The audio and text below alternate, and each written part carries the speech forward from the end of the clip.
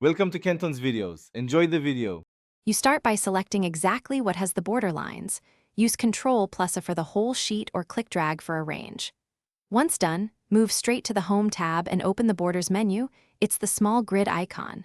You do this because Excel draws borders as cell formatting, not sheet outlines, so removing them requires changing that formatting.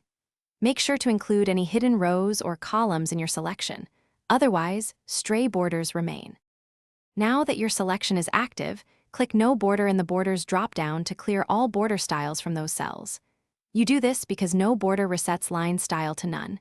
It's the only way to remove applied border formatting consistently.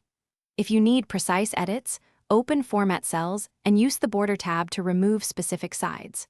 Also, make sure the sheet isn't protected or cells merged. That can block border changes, so fix those first.